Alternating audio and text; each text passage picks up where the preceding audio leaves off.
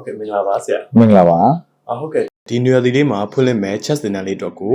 ကလေးတွေအတွက်ဘယ်လိုပုံစံမျိုးလေးနဲ့သင်ကြားပေးသွားဖို့ပြင်ဆင်ထားပါလဲခင်ဗျာနွေရာသီမှာ chess သင်တန်းကိုပုံစံနှမျိုးနဲ့သင်ကြားပေးဖို့စီစဉ်ထားပါတယ်ပထမတစ်ခုကတော့ game base ပေါ့နော်ဒီခေတ်က game ဖြစ်နေတဲ့အတွက် chess ကို game သဘောမျိုးလေး game base သင်မယ်နောက်ပြီးတော့ live learning style ပေါ့ game base ကစားရင်းနဲ့ကိုပဲဘဝထဲမှာဘယ်လိုမျိုးအသုံးချသွားမယ်ဘယ်လိုအဆင်ပြေအောင်နေသွားမလဲဆိုတဲ့အပိုင်းလေးကိုနှစ်ပိုင်းခွဲပြီးတော့သင်ကြားသွားမှာဖြစ်ပါတယ်ဟုတ်ကဲ့ပါဆရာဒါဆိုဒီ chess သင်ကြားမှုလေးကိုကလေးတွေအတွက်ပြင်းစရာမကောင်းစေပဲစိတ်ဝင်စားစရာကောင်းအောင်ဘယ်လိုလေးသင်ကြားပေးသွားမလဲခင်ဗျစစ်တူရင်ကတိတ်ကစားတတ်ဘူးနားမလည်ဘူးဆိုရင်ပြင်းဖို့ကောင်းတဲ့ကစားနည်းလို့ထင်တယ်အောင်ရှိပါတယ်တကယ်ကမဟုတ်ပါဘူးchess က logic ကြတယ် science math sport လဲတူတဲ့အတွက်သူကဒီ puzzle လေးတွေဖြေနေရင်းနဲ့ကလေးတွေစိတ်ဝင်စားဖြစ်လာမယ်နောက်ကျွန်တော် history လေးလည်းပြောမယ်ဒီဟာလေးတွေကဘယ်လိုဖြစ်လာတယ်ဘယ်ကမ္ဘာချန်ပီယံတွေကစားခဲ့တဲ့ပွဲလေးတွေလဲအဲ့ဒီအပြင်ကိုသူ chess puzzle လေးတွေဖြေနေရင်းနဲ့ဥမာပေါ့နော် piece value အကြောင်းလေးတွေဥမာ piece value ဆိုရင်1မှတ်3မှတ်5မှတ်9မှတ်အဲ့လိုရှိတယ်အဲ့အတွက်ဒီကိုယ့်ရဲ့ဘဝထဲမှာလည်းပဲပေါ့နော်တန်မိုးလေးတွေကိုကြည့်မယ်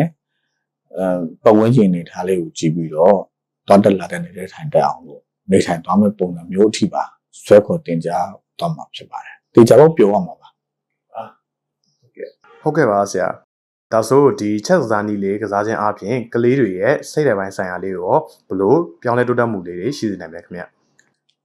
စစ်ပွဲနဲ့ပတ်သက်ပြီးတော့စိတ်ဓာတ်ပိုင်းဆိုင်ရာပြောင်းလဲမှုတွေအများကြီးပါ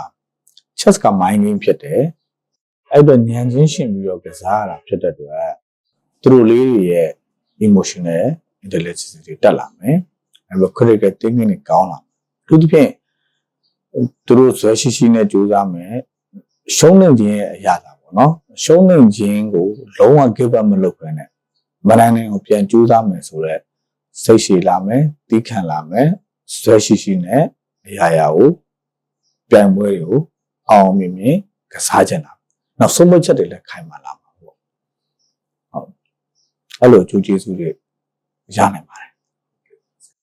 ဟုတ်ကဲ့အဲ့ဒါဆိုနောက်ဆုံးအနေနဲ့ကြည့်ရှုနေတဲ့ဖေဖေမေနဲ့တသားမီလေးတွေကိုဗားလေးများပြောချင်တာလေးရှိပါမလဲခင်ဗျာ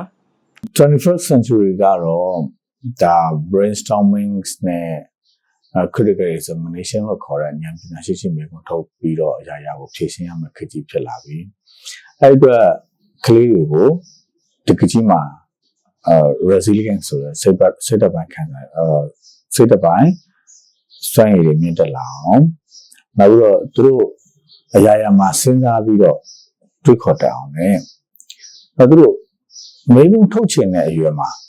ဉာဏ်ပညာရှိမိကုံထုတ်တတ်ဖို့အတွက်အကောင်းဆုံးလေ့ကျင့်နည်းဖြစ်တဲ့ chess ကစားနည်းလေးရှိပါတယ်လို့မိပါတယ်ကိုပန်ကြားချင်ပါတယ်ဟုတ်ကဲ့ကျေးဇူးတင်ပါတယ်ဆရာ